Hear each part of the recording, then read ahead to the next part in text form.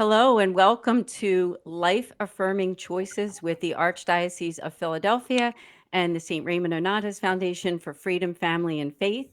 My name is Anne DeSantis. I am the Executive Director, and you can learn about us on our website at nonatus.org. I am so grateful to Steve Bozza and the Life Family Office with the Archdiocese of Philadelphia for joining with us for this special presentation. So I want to welcome everybody on to our screen as we're all here, and thank you all for joining us on this presentation.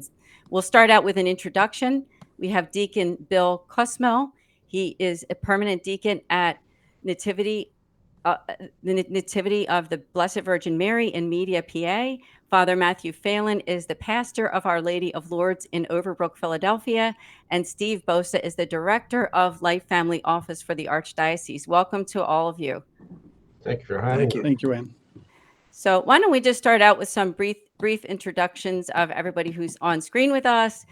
First person we see is Deacon Bill. Tell us a little bit about yourself, Deacon.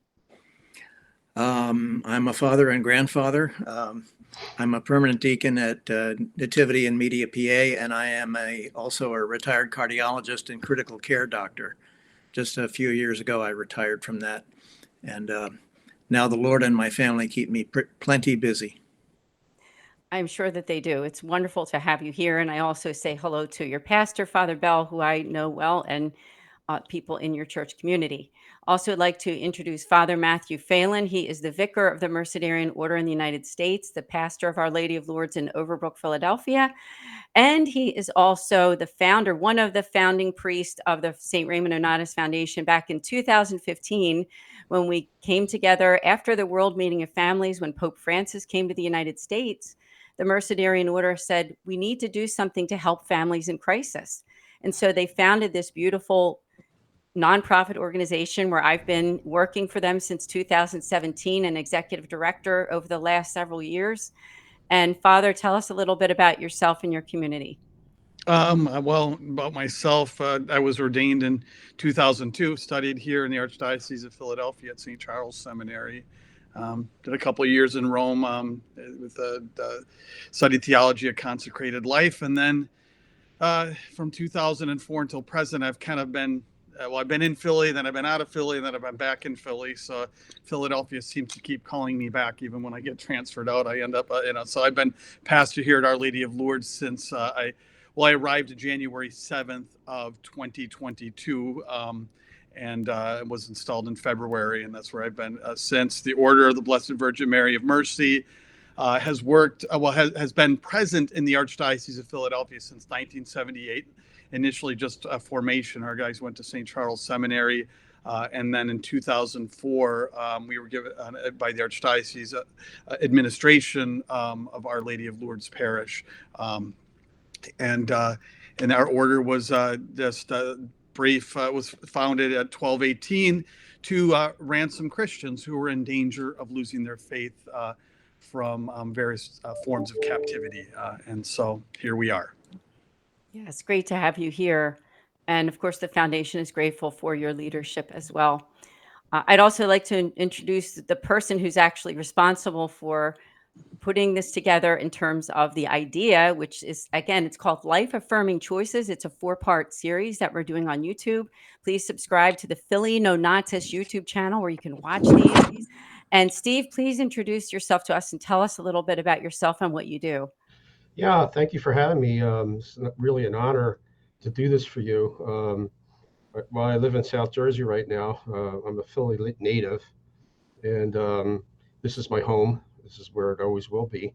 I'm so grateful to be able to work for the Archdiocese.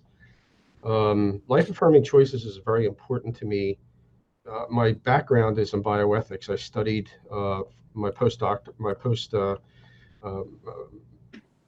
graduate work is over at my graduate work was over at Regina Apostolorum over in Rome, where the Legionaries of Christ have a university there that really specializes in bioethics, and I was privileged to be able to go there for a couple of years to get better served in that area. In the meantime, end of life issues is very important to me. We have so many ways now that people could live longer and more healthy lives. But at this stage of the game, we don't really know when enough is enough. And that's a heartbreaker for families because they want to do the right thing, but they don't know what the right thing is. Yes. And I know, Steve, you shared with me that a lot of times, some of the times people will contact your office with some of the questions, and having these videos, which will answer some of those like basic questions that people have about the end of life issues, I think is extremely helpful. I want to mention to everybody now, we're taping this in the fall of 2023, but of course the videos are going to be on there for quite a long time on YouTube. So people could be watching this later on in 2024 or later. But I do want to mention that on October 3rd of 2023 is when this particular episode is airing. This one is called Benefits and Burdens Pain Management. And then on October 10th, we will do Extraordinary Disproportionate Care, Withholding and Withdrawing Care. October 17th, we have Do Not Resuscitate Orders and Medical Futility. And then our last one is going to be on October 24th, and that will be on nutrition and hydration. So if you're watching this video on social media or on YouTube, just be sure to register for the event by going to nonnatus.org under programs and events. So, Steve, why don't we start with you? Now, the whole idea of benefits and burdens pain management. Can you give us, I know you have that background, you have the degree in moral theology, I believe. Can you tell us what does that exactly mean? What is the definition of those benefits and burdens and pain management? Okay, well, benefits and burdens. When we look at when we look at everything that's available to us in the healthcare industry today, we have to come to understand what is going to offer reasonable hope of benefit for myself or my family. And we also have to be able to balance that off of what are the burdens of all these things.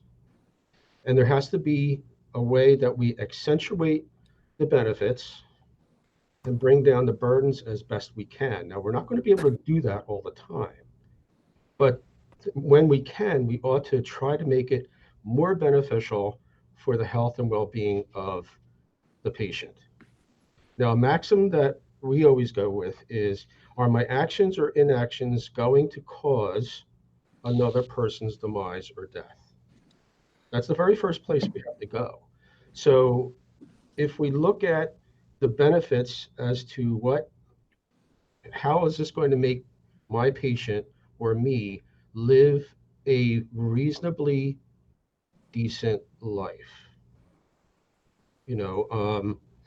Are the medications that we are given, are they going to allow me to live as best I could with my condition? What are the side effects of those medications? Are those side effects going to now cause me more burdens than I would have had if I didn't have them?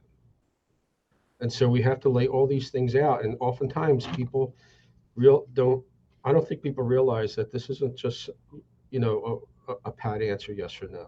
We have to look at everything, put everything on the table and see, where does this particular treatment lead me?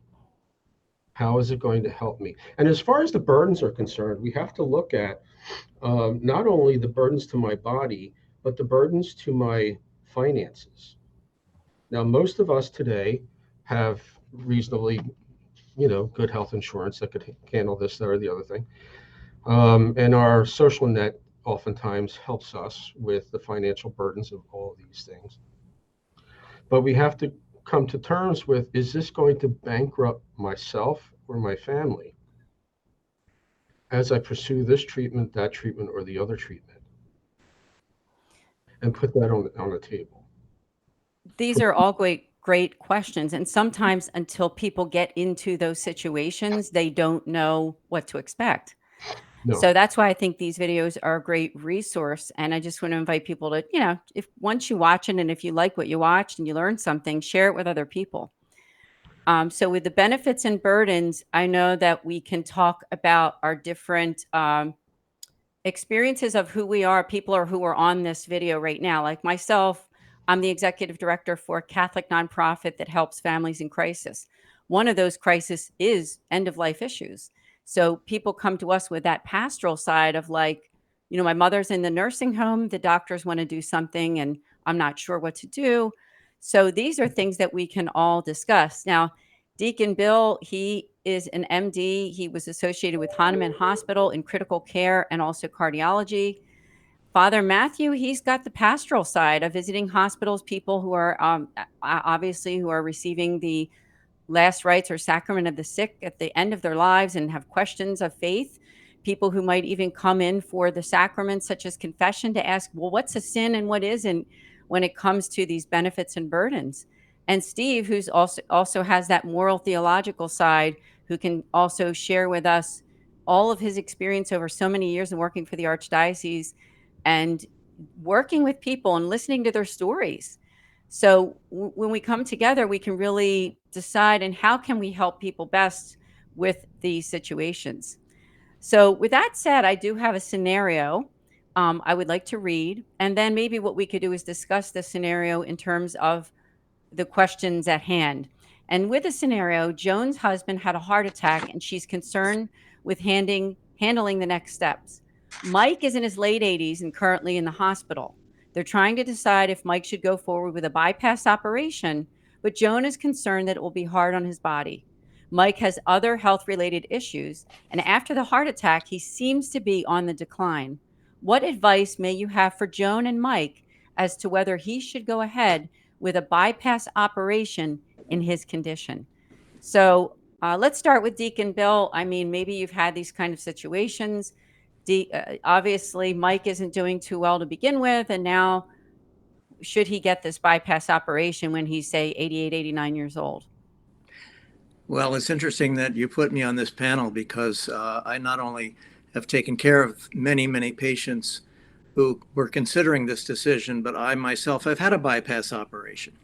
So I've been both a customer and a salesman, so to speak. There are so many issues that this scenario raises. Maybe we could dispense with one of them very quickly, which is age. Does it make any difference that Mike is in his late 80s? By itself, I would say absolutely not. That's totally irrelevant. If he were otherwise in good health, it wouldn't enter greatly into the risk-benefit calculation. What does enter into the risk-benefit calculation is his other medical conditions. And of course, when you write a scenario, you can't give us every lab value and every medical detail, but those are exactly the things that we would need to know to estimate what benefit he might get from the surgery. That's his overall risk. There's another way to look at this, which is how imperative is the surgery. And what I mean by that is there are clinical situations which are inherently unstable. And a major procedure like a bypass operation or a stent or something of that nature might be life-saving in the short term. So we don't know from the scenario whether he's very stable after his heart attack or whether he's having ongoing, let's say, chest pain. The latter scenario would make it pretty imperative that he do something about it. But let's say, for the sake of this discussion, that it's not clinically an emergency. I mean, isn't it easier to decide whether you should do something if you're facing an emergency? So let's say he's not. Would that be a fair adjustment to your scenario, Anne? Oh, yeah. Yeah. I think we can talk about the different angles of it because there's people watching that maybe they've had not the exact same thing, but different variations. So we can talk Yeah. about those different variations of Yeah. it. Right. I mean, there are heart attacks and there are heart attacks. This gentleman has had a heart attack, but that could put him in end-stage heart failure, which would be very bad and very urgent, or it could be something that he can shrug off over time and doesn't need to do anything about. So how stable he is medically is one of the important factors that we would want to consider in terms of his risk and benefit. Another one is what I'll call anatomy. This gets into the weeds just a little bit, but typically a person who has had this level of heart disease has had what's called a heart catheterization. So the details of the anatomy of the coronary circulation are now known.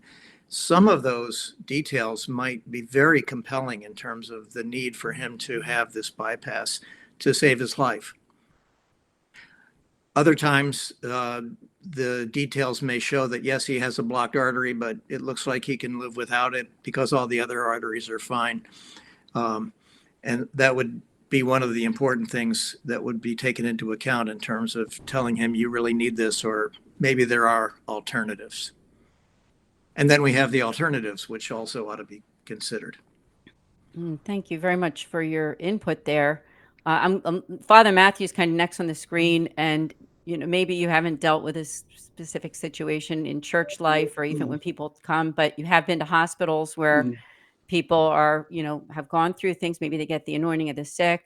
What's the pastoral side you think of what's going through the minds of some people when they're going through these things? As I begin, I kind of want to just reiterate something that Deacon Bill said, because my own grandmother, I believe she was 82. My grandmother, happy memory, but she was 82 when she had the question of doing. It was a double bypass and a valve replacement, and I remember there was discussion about her age, and the doctor said that that everything else in there was in great shape, and she'd take the surgery as like a 60-year-old, and we ended up getting she had the surgery, and she lived another 13 years, and a lot happened over those 13 years. And so was she as physically active as she was when she was younger? No, but she had a great quality of life those last 13 years. So in that particular case, it certainly was a blessing. Let's say from a pastoral side, what came to mind is the great Jesuit catechist of happy memory, the servant of God, Father John Hardin, was often would speak of what God provides as painful graces. And this, I would see as one of those painful graces, in the sense that, there's what it might be a physical difficulty, a crisis, and the person is having to now begin to think about these end of life decisions. And that's a great grace and opportunity to make sure that everything is right with God. Not everybody has that chance. Some people die suddenly and they don't have a chance to really, take that opportunity. And so, this is an opportunity to receive confession, receive the sacrament of the sick, receive Holy Communion, make sure that, it doesn't matter, because I'm ready to live, and I'm ready to go back to God either way. And so I would kind of try to encourage a person to take that opportunity as one of those painful graces. It's a gift, because right now you can be in a situation where, whether you live, it's a great blessing, and if God calls you home, it's a great blessing. So you could kind of be ready either way. And so to me, from a pastoral standpoint, that's where, we would want to look again. I think, sometimes people, I don't want to have to suffer and everything. Well, and I can understand that. Yet also, though, at times God gives us those opportunities, and that opportunity to be able to be ready either way is a grace that comes as a fruit of prayer, our own prayers in life and the prayers that others are offering for us. And so we want to make sure that we don't miss that grace and that opportunity in that moment. I want to thank you both for sharing on the benefits and burdens in that scenario. We have so much more to discuss with that. And before we do that, I would like to go over to Steve, and I would like to ask Steve to give us his opinion on this scenario. Yeah, it's a very interesting one for benefits and burdens. I mean, here's a man who wants to do the right thing. And I find this all the time. People want to do the right thing. They don't want to be the cause of another person's death, and rightly so.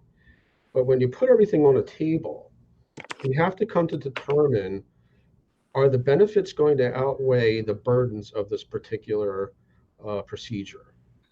And that's where, physicians like Deacon Bill would be able to take a look and explain to the family how this patient's going to react. Are there going to be any other things that are going on in this person's healthcare in this position, in this situation? Are there other comorbidities that have to be considered when we make this decision? So it's not something that you make, you know, for this particular frame without considering all the other frames that go into this.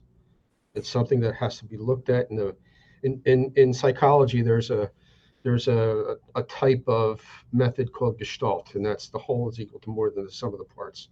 And in bioethics, I have to look at this all the time. What is this Gestalt understanding of this particular scenario? You know, will the benefits ultimately be greater than the burdens of this? And sometimes we can figure that out. Sometimes there's a little bit of a mystery, but I think with the right players and the right people involved around the table, we could come to determine what's going to be more beneficial. Is it going to are the benefits going to be accentuated, or are the burdens are going to be accentuated? And we have to, and we really have to look at this very discerningly, carefully, and with the prudential judgment of everybody around that table. Mm. Thanks for sharing on that. I know we have a whole lot more to talk about, even with this one scenario. But Deacon Bill, talk a little bit about, as we were talking benefits and burdens, those risks and other factors that might be involved in these decision makings for the family. Yeah, sure. To some extent, the estimation of risk for a surgery like this can be quantified. And I emphasize to some extent.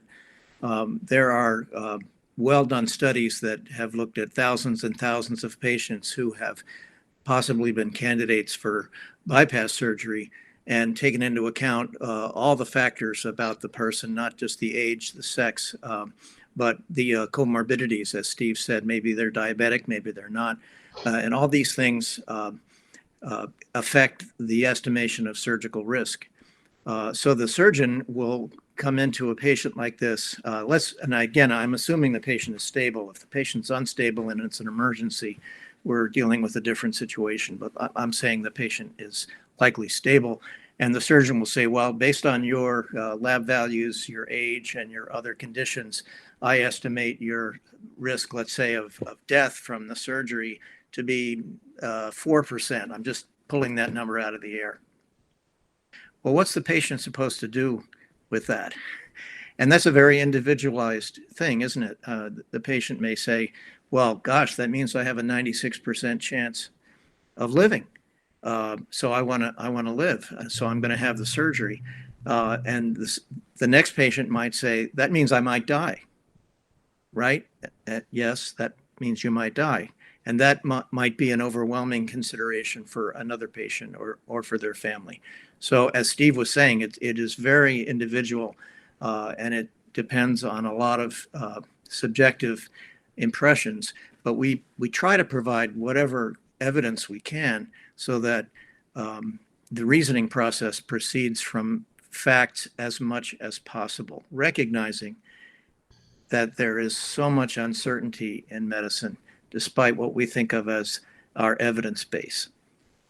Thank you. I'd like to be able to dovetail a little bit about what Deacon Bill Please. said. In terms of burdens, if there's a great dread or fear, that's a very valid burden on a person. And we have to consider that as we move along. Now, Bill may have a good scientific or clinical understanding as to whether that person's fear is justified or not, but it doesn't matter. It's not his fear, it's the person's fear.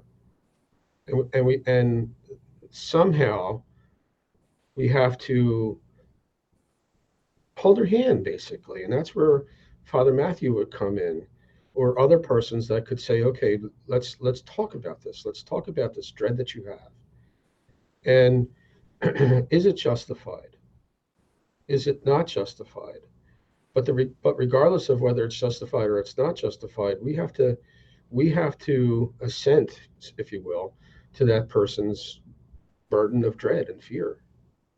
It's a sad reality for those people who know better, but they don't. And pastorally, we have to cater to that. Maybe we have to address that. We have to be present to that. you know? That's right. And I think that's why we're all Catholic here. Obviously, this is an endeavor of a Catholic nonprofit in the Archdiocese. So we're going to have that Catholic worldview, that Christian worldview of the right way to handle these things. And Mhm. I think what I'm hearing is there's going to be those good critical decision making points. And then there's going to be those pastoral points. And then I would like to just ask Father Matthew, in terms of what we're discussing here, somebody might come to you and say, well, I don't want to sin in the process of this. I don't want to make a bad choice for myself or for somebody else. I didn't know if you had anything to say on that, because obviously people want to stay in the right with what's the Mhm. right thing to do in God's eyes morally, right? Right. I mean, with that, I always tell you, it's a day at a time, and we got to pray about it.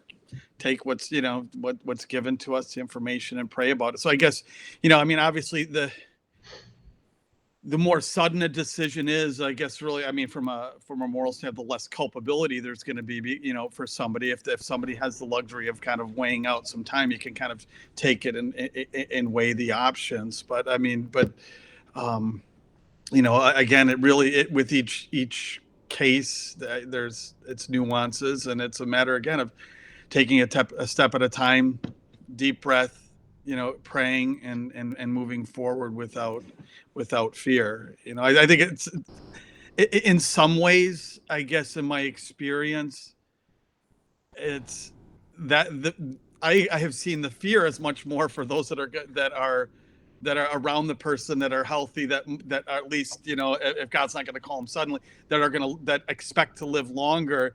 And many times you find the person that actually is in the suffering if they're approaching it with faith, and when they're given that consolation of faith, they do maybe have a little bit more peace than the people around them. And then, I'm sure that we're going to discuss, a lot of times the most anxiety for the person that is suffering it is not for themselves, it's for those around them. And so that's always that's always the challenge, is, okay, we have to together be able to leave it in the hands of God, and try to let go of that fear. Yeah, I Um, think the fear often is expressed by family members, not the patient. right. Uh, and that is especially a problem when the family members and the patient don't necessarily see eye to eye on what the values are. And, Mhm. then the family feels guilty if something happens, then they think they could have changed. But those are Mhm. dynamics that we deal with all the time. Hmm. This is a And, great and discussion, and we're going to be talking more.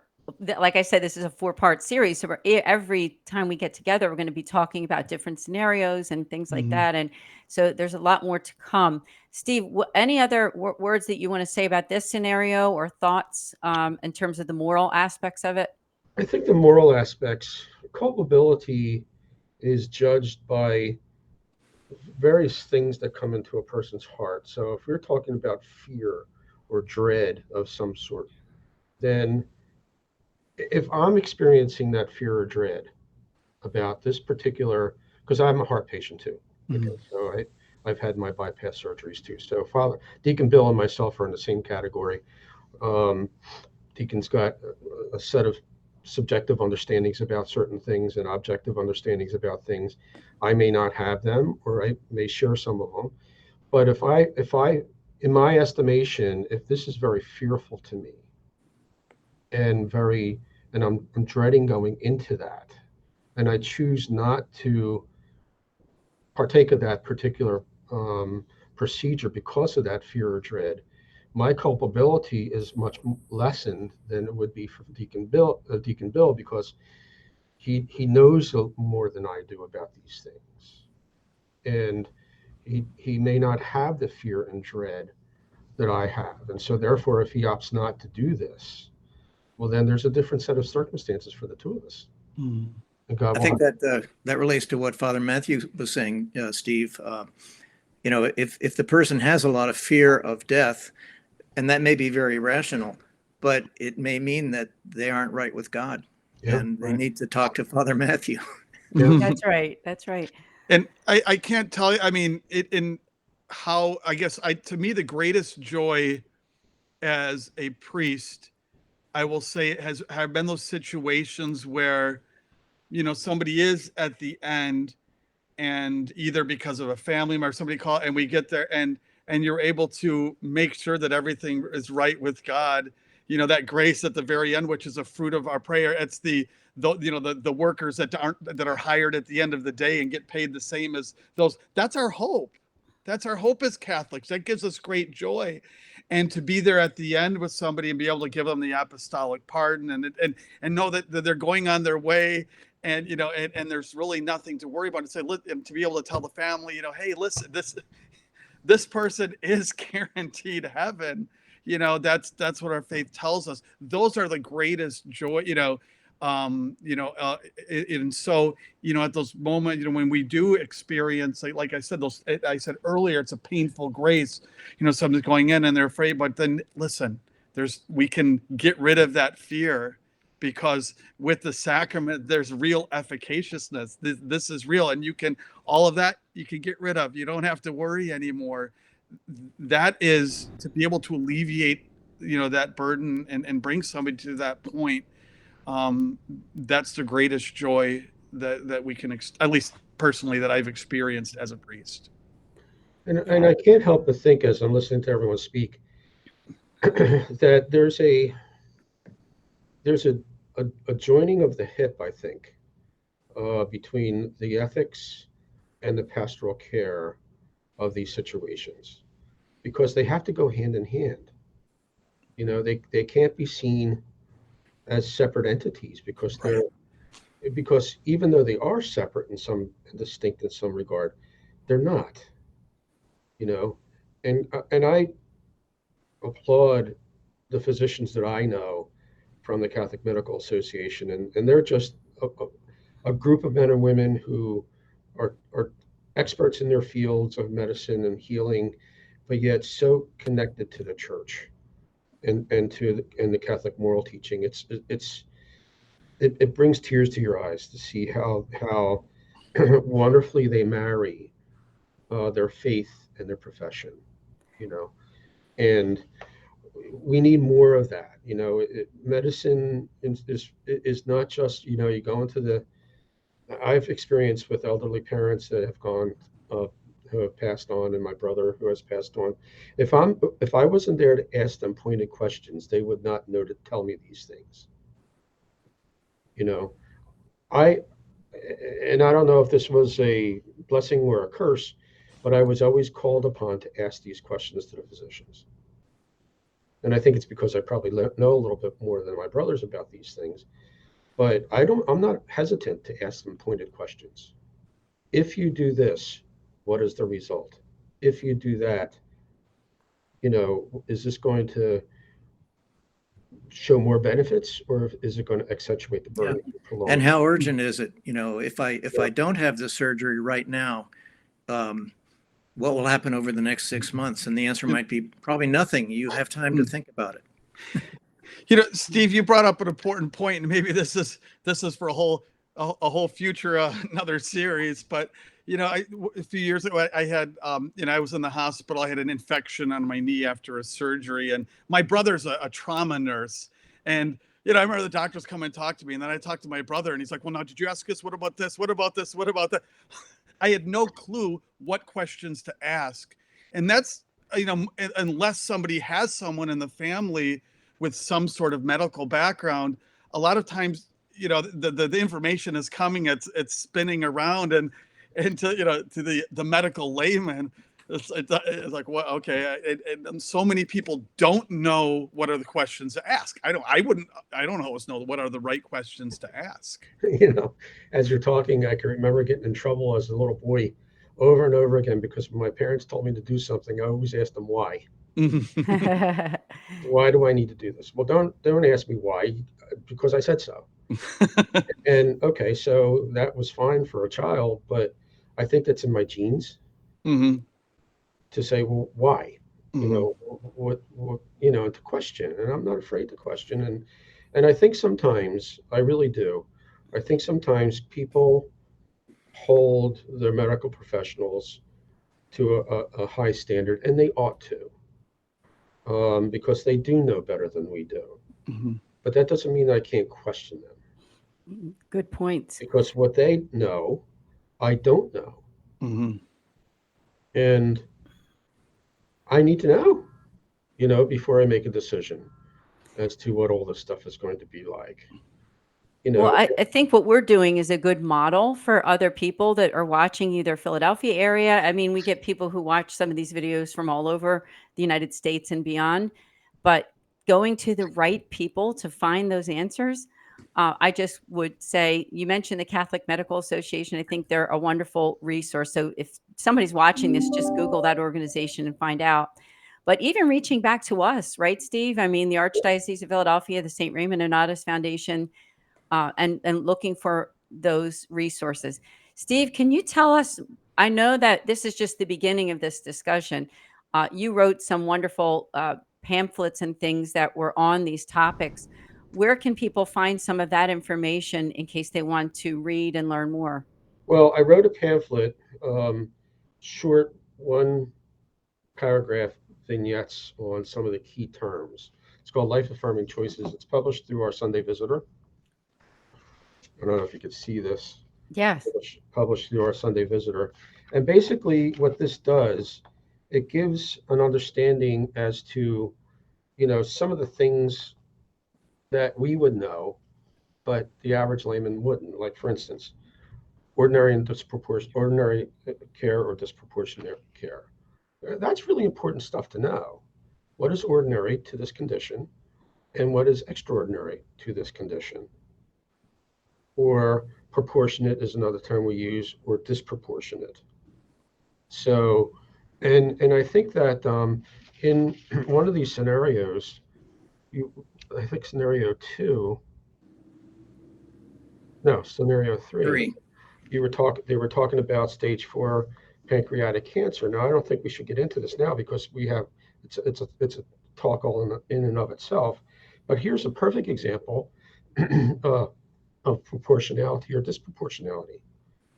And we can't be afraid to say no to something that's disproportionate. Yes. Thank you. I just want to address our audience. They might be maybe confused or thinking, what are they talking about? Is that we have a few other scenarios that we might be talking about during other programs. So just make sure that you come back and watch the second and third and fourth ones of this series. We're kind of coming a little bit closer to the end of the program. And I was wondering if each of you just had any final words or any resources that you want to mention. We'll start out with Deacon Bill. Trust your doctor, and also talk to your pastor. How about that? I think that most doctors, practically all doctors, have their patient's best interest truly in mind. And that's whether they're Catholic doctors or not Catholic doctors.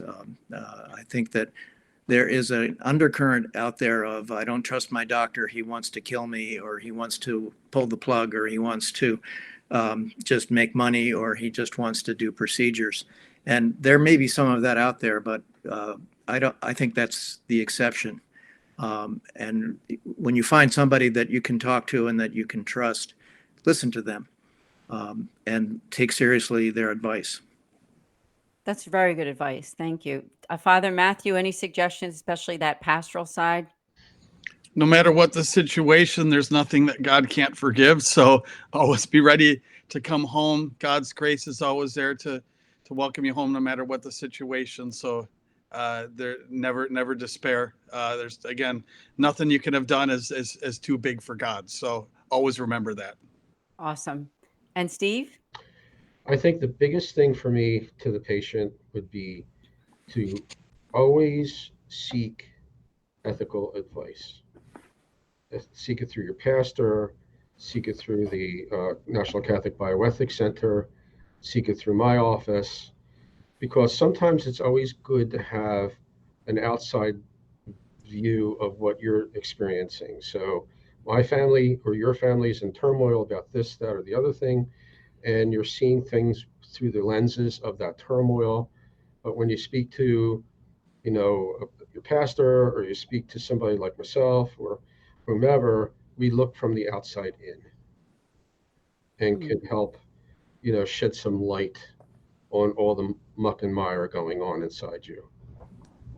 Thank you so much. This discussion has been wonderful. As I said, please do come back and watch the other one. Subscribe to the Philly Nonnatus YouTube channel, the St. Raymond Nonnatus Foundation for Freedom, Family, and Faith. Connect with the Archdiocese of Philadelphia at archphila.org. We will see you next time. God bless.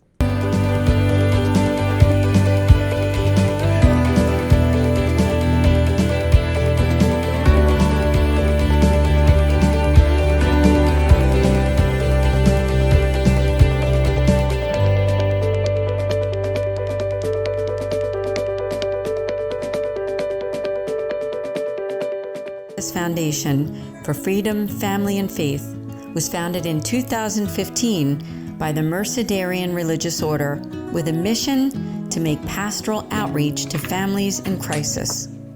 The friars came together after attending the World Meeting of Families in Philadelphia with hopes of creating a foundation which could help those families and individuals who have faced tough times and need to know that the Church cares and is there to help.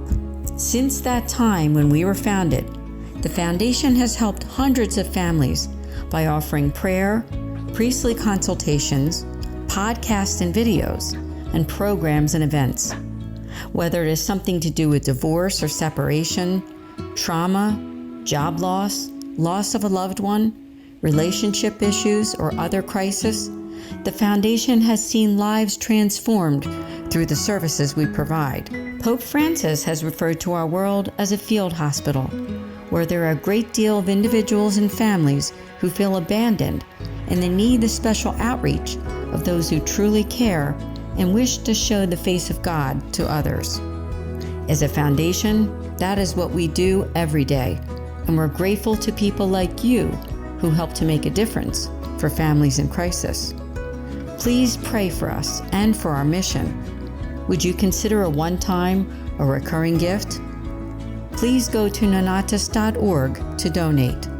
Thank you sincerely from all of us at the St. Raymond Nonnatus Foundation for Freedom, Family, and Faith.